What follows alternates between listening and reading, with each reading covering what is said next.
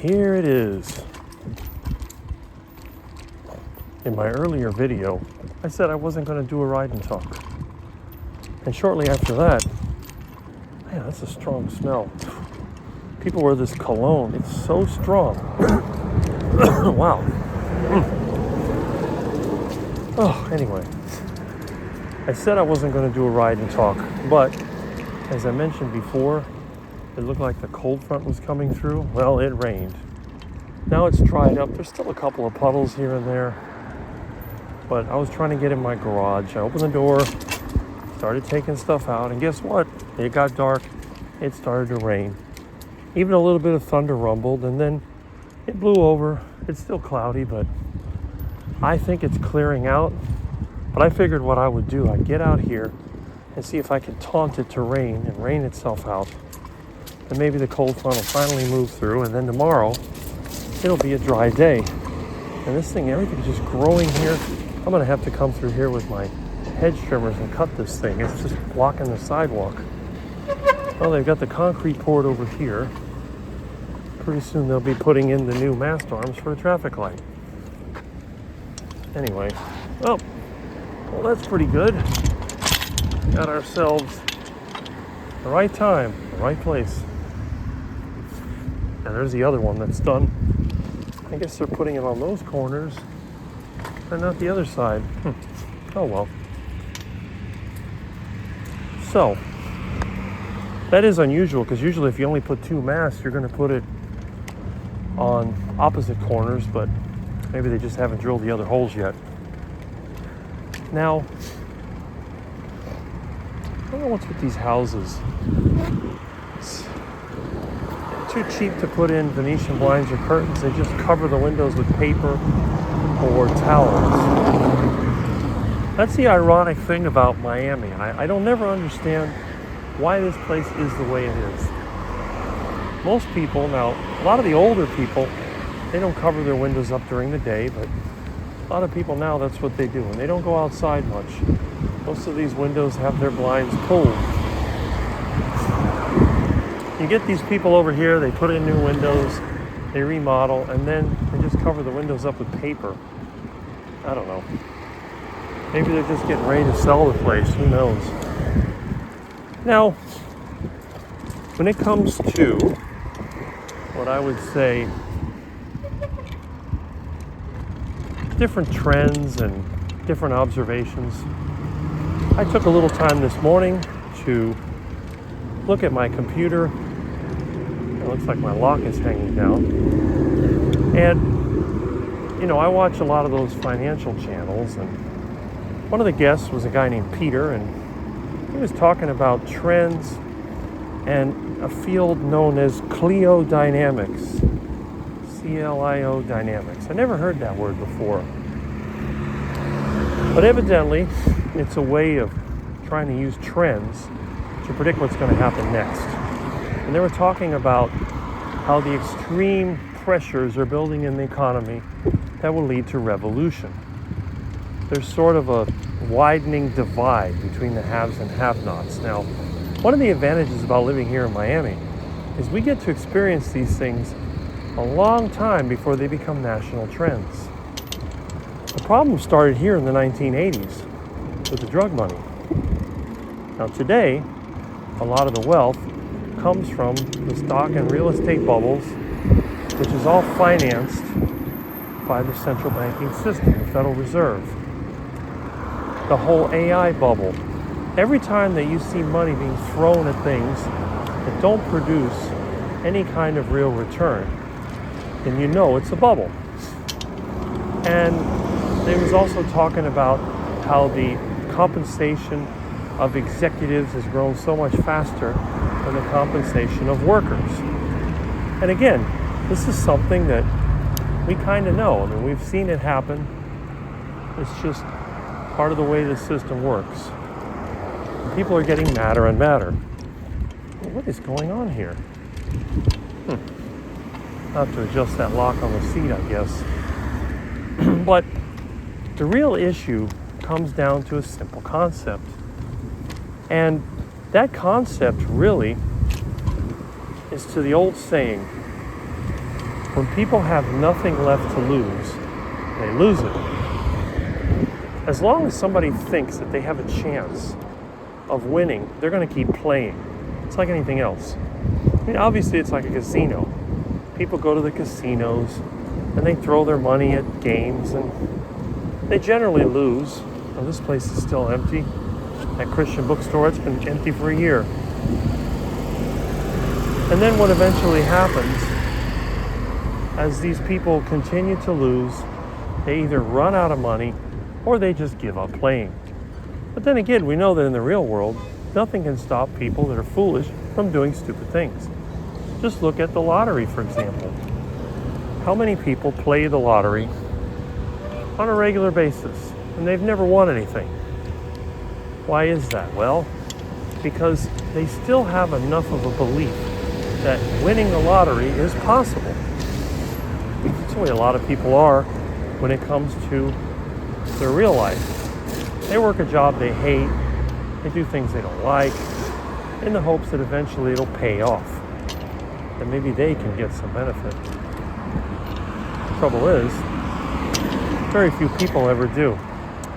Now, in this concept of Cliodynamics, it was also mentioning the concept of elite overproduction.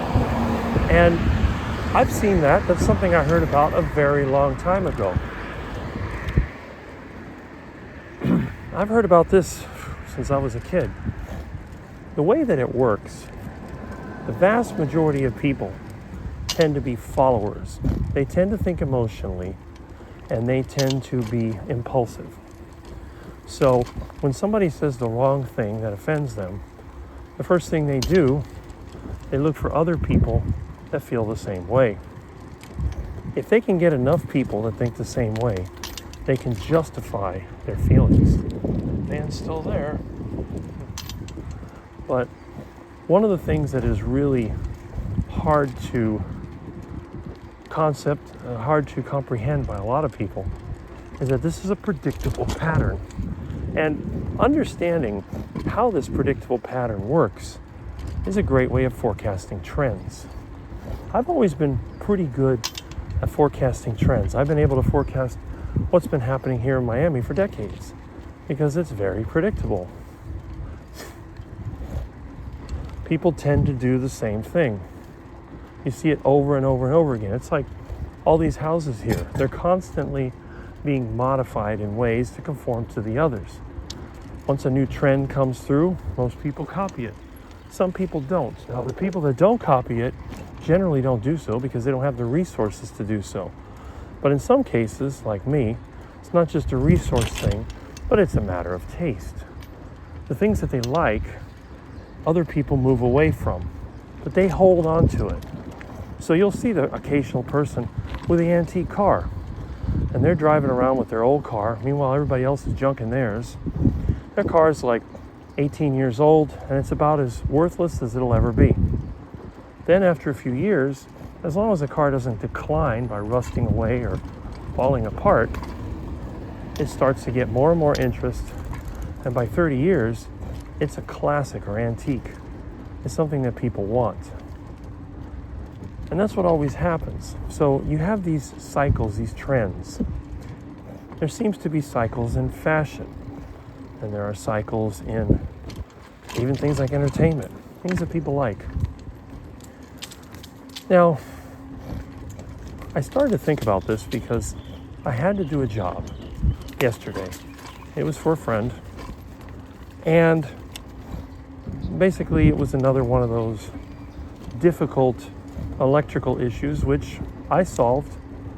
They almost always come down to poor work that somebody else did. Bad connection, fluctuating voltages, electronics were burning out. They lost their smart TV and they lost their computer. So that was really kind of obvious. Now, eventually, that little conversation leads into other things. For example, my friend was complaining about his son. Oh, there's public enemy number one. I'd like to get one of them people and bam, and that's it. I hate them. All right. And here comes my favorite part of the neighborhood. It's ducky time. Look at all the duckies. Fresh duck.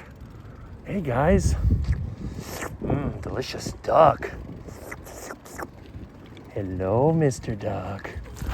What have we got here? Look at Mr. Duck. Lots of females. Oh, he's a happy duck with iguana. Look at all that delicious food. See how this is starting to collapse? A lot of that is because of the iguanas digging holes. And when it rains, of course, the county spray. There's another iguana. Look at that. Look at that iguana. Hey, Mr. Iguana. Funny iguanas.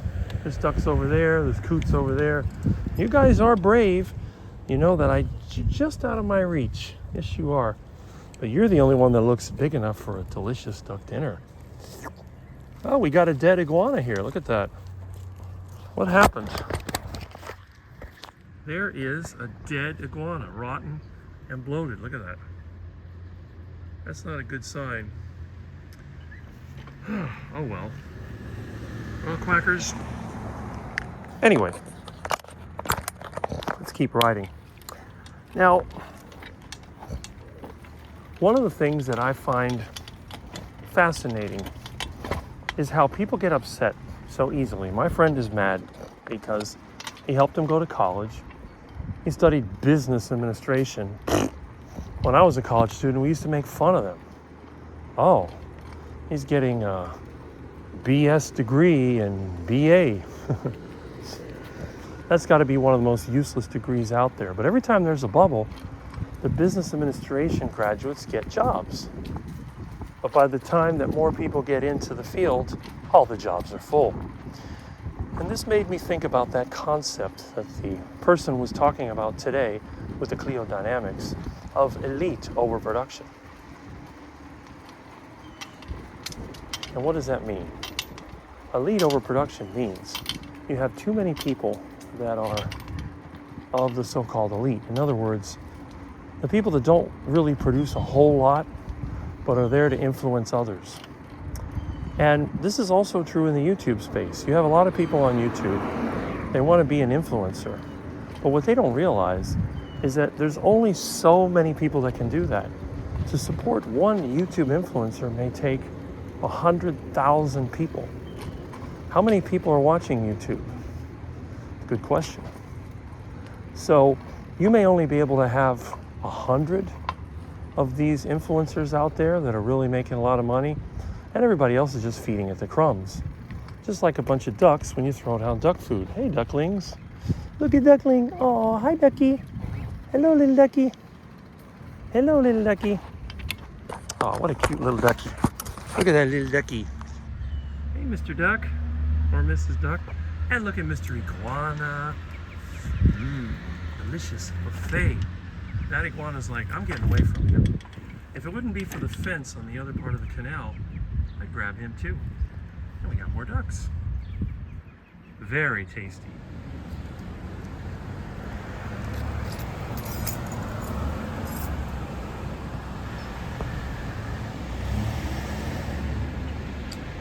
One little, two little, three little duckies. Gonna grab the big, fat, tasty duckies. These canals are connected in many places by nothing but a culvert. This is the other side of the canal. If you look in there, you can almost see there's a piece of wood floating in there, and look at what's on it. A duck. So there's a fence around here, and then this is just bushes. There we go. There's the hidden part. And there's Mr. Ducky. I could barely see him, but he's over there. Anyway.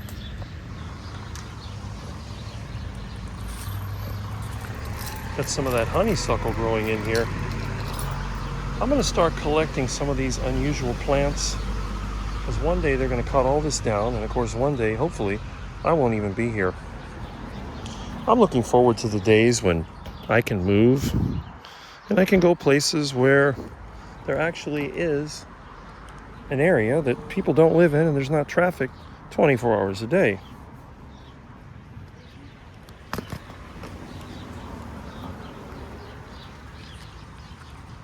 Let's see.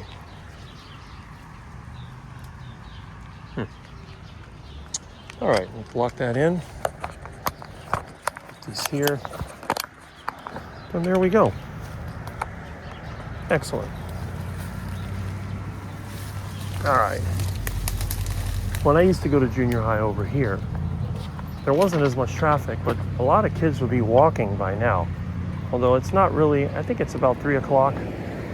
I don't think they ring the bell in the school anymore. I don't hear bells. So maybe things have changed. Oh, there's somebody pulling a mini excavator. There goes the school bus. Oh, there's kids on the bus, so they're definitely going home. A lot of people, they have these private school bus services. I think they put their kids on them. Well, as I was talking about before, about that whole idea of the Cliodynamics and the elite overproduction, what ends up happening is that you get a lot of people that they want to be in the so-called elite class. But what they don't tell you is that every one of these so-called elites has to be supported by thousands or even millions of peasants. It's always been that way. You might have the lord, and then you have hundreds of peasants to support each lord. It's the same thing. It's always been that way. One of the great things about modern technology is that it has leveraged that previous relationship. The problem is that people didn't change. So we now have the ability to raise food and do all these things with a very minimal amount of physical effort. We would leverage things like mechanized engines and other items to be able to do the work without having to slave away in the sun. But the problem is this: when you empower the worker, what ends up happening is workers can be more demanding. They can ask for more compensation, and they have options. The people that are sort of the parasites, the elites, or whatever you call them, they begin to lose power. So they had to figure out a way to cancel out the benefits of technology, because if you look, like in the 1920s and 30s, people were talking about the future as it was something good. And after World War II, the same thing happened again in the 1950s and even into the 60s. Now, by the late 60s, people figured out that they were being had. They started protesting. One of the things that really ruined the illusion was the war, Vietnam War. Now, they had Korean War, which they lost, and the Vietnam War, which they also lost. So what ended up happening was you got a bunch of debt and a bunch of dead and damaged people in exchange for nothing. People were angry, and like everywhere else, revolution starts with the youth. So those people that were college age in the 1960s began to revolt, some of them directly, but a lot of them just by refusing to participate. Think about the hippies and the flower children with flower power. So people are over there starting wars, threatening, whatever, and they're over there with their love and peace and all this other stuff. And they're going head to head. So what happened? Well, for a while, it kind of fell apart. So the parasite class had to come up with another way to increase their wealth. What was happening, the workers had more leverage. They had unions, they had competing ways of getting an income. They didn't have to put up with poor working conditions. So the parasite class decided, well, there's another thing we can do. All we got to do is send our production to a place, and the drivers here are the worst. Send our production to a place where, this is going to be something else, where we can exploit people. We can pay them less, we can get them to work in bad conditions, and we can pollute all that we want. Then we can take those products back here to the United States where the money is, and we can go ahead and we can mark it up and make money. And that's all there is to it. So that's the game they've been playing since the early 70s. And then if you look at a graph of production, GDP, productivity, whatever, versus wage compensation, you can see that in the early 1970s, it basically split up. I don't know where these people are going here. That must be one of those rental houses where every room is rented to somebody else. All these yards are like parking lots.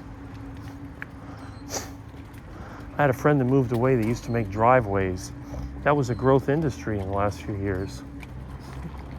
Anyway, so you have a system that was based on production. The system became productive. Technology gave people leverage. The world wars killed off a lot of people, which put pressure on employers to compete for the remaining workers. This caused wages to rise. This led to the middle class increasing in wealth.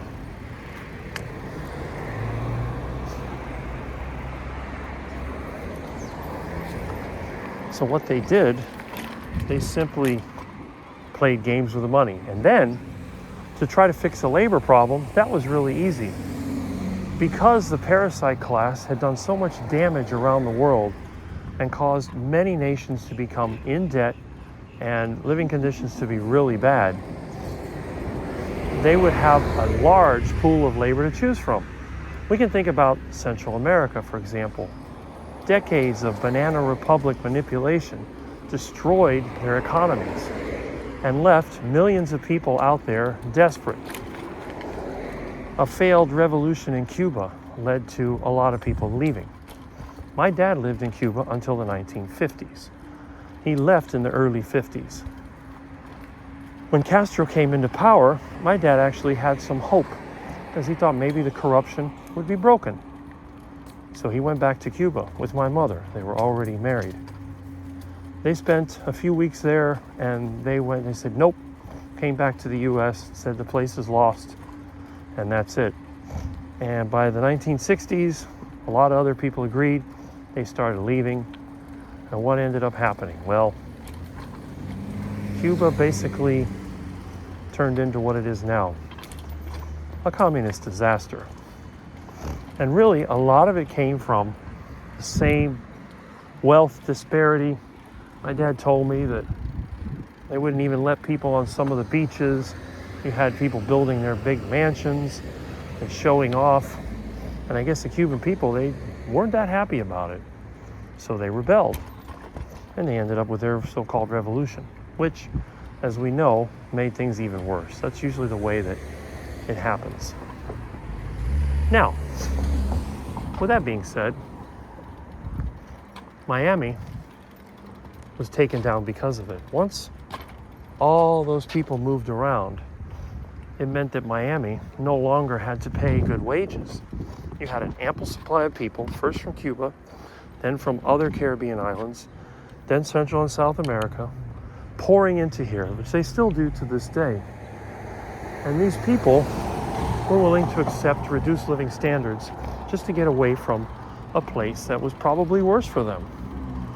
So they could take advantage of them, and that was really good for the parasite class because now they had all this leverage they could use.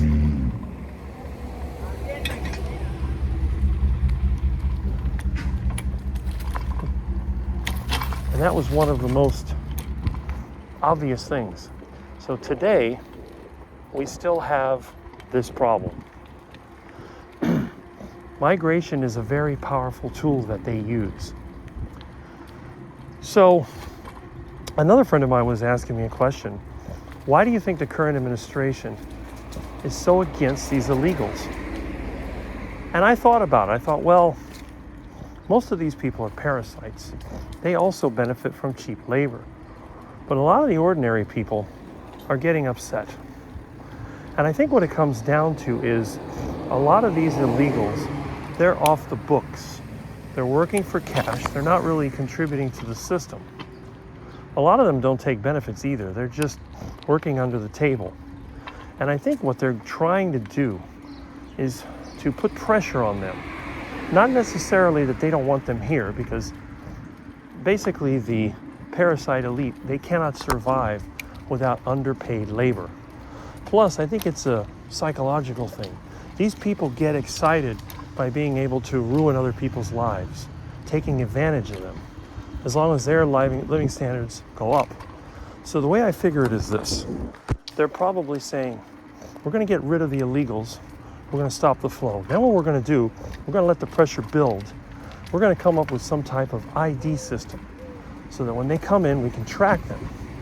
And this way, we can still use them, because there's plenty of desperate people around the world.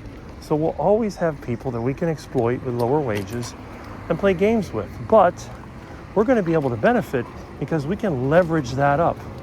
And I think that's the whole key. The idea is not so much to get rid of the illegals. The idea is to make them legal so that you can exploit them even more effectively. And that, in my opinion, is what's happening. Am I right? I don't know. It's just my idea. So, what about my friend with his deadbeat son that doesn't want to work because he can't find a job? Well, I told him, I said, look, if you need a job, have you tried looking for labor jobs? But he brought up a good point. The labor jobs don't pay enough. Now, I find that interesting because I have friends that live in other states. I got a friend in Georgia. I even have a friend in Alabama. And they told me that, in general, they like to get good quality employees, and they're not really adverse to paying a decent wage. Around there, most people make at least $18 an hour for the labor jobs, and construction is going to be $25 an hour for many of the jobs. There's a house that has the same floor plan as mine. As you can see, the yard is empty. These yards are really small. That's why these homes were cheap when they built them. But anyway, it's very interesting that finding a job with a college degree is becoming difficult. So I told him, I said, why don't you see what kind of labor jobs you can find? Now, he has the advantage. They do speak Spanish, because most of the labor jobs here, you have to speak Spanish. But then his son told me something. He's like, well, it's really hot, and I'm not really, I can't really do that kind of work.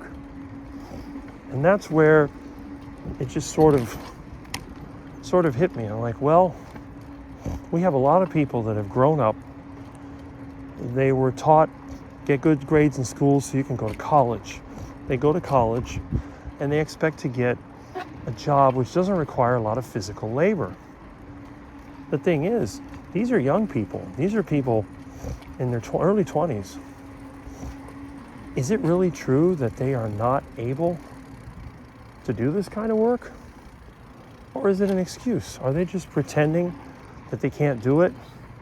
Or are they really that physically unfit? And if they are that physically unfit, what hope do we have in a disaster? For example, here in Miami, we're one major hurricane away from total collapse. Power grid down, food not coming in. People have to get out there and work. Are the young people really that fragile? Or is it all in their head? Is it true that maybe, just maybe, they're telling themselves that they can't do that kind of work? I've known people that told me, well, I don't want to do that kind of work because when I try to get a real job, it'll look bad on my resume. And I told them, I said, well, how does it look when you're not doing anything? You graduate college and then 4 years later, you're getting a job and you never worked? How does that look to an employer? Even if you worked as, a construction worker, at least you could put the name of the company. At least you're doing something. Maybe I'm wrong. But to me, being able to do some kind of work is better than nothing. Now, another friend of mine, their family gets aid from the government because of their elderly parents. And they're worried that the food stamps are going to go away. The EBT, we call that WIC, and all those other programs. So if they do go away, I said, you make money, you have a job, you got a 2-year-old car, and you're telling me you can't afford food? Seriously? Look at me, surviving on $15 a day for food, and I'm doing okay. So why am I doing okay when they are struggling? I think it's just a matter of entitlement. It comes down to, well, I've been getting these benefits for so long, I don't want to be the one that loses it, and then maybe they're worried they won't get it back. I said, look, the chance of you not getting your benefits is probably close to zero. You may get them late, but you know how the government is. They love debt. Everything relies on debt. Well, that house still has a gravel roof. As long as they can create debt out of nothing, they're going to continue to do so. So I think this is going to be a short-term thing. I don't think it's going to go on very long. But even if it did, seriously, the few $100s you get, you can't replace that with something else? You mean you have no savings? Well, this is a weird one. This house has old windows. They put these little rocks on it. That's unusual. I need to go around the neighborhood more. This house over here burned down when I was in high school, that one that's got the big roof on it. Anyway, I mean, think about it. If your financial situation is that bad, you got a lot more to worry about than losing your government check. So here's my advice. If you stayed with me to the end, getting bored out of your mind, listening to me and watching this scenery and feeling the raindrops starting to come down because it looks like it's going to rain, here's what I'm saying. If you can get yourself in better physical shape, that's something you can do right now. If you work at a desk all day, don't think of it as a bad thing. Think of it as a good thing. It gives you plenty of recovery time. You can go down to the gym and you can work out, and that's a great thing. But on the other hand, if you're going to sit around and do nothing, what happens when you do lose your job? Because a lot of people will. The way the economy's going, I think they're going to lose their job. So if I were you, I would start planning on what could happen right now. Think about a natural disaster or an economic disaster, because you know that the Federal Reserve is not going to allow the economy to go down. They're going to print money until bread costs you $20 and steak costs you $100 a pound. So if that's the case, is that really what you want to end up like? You want to look like this? I don't think so. So act now while you can.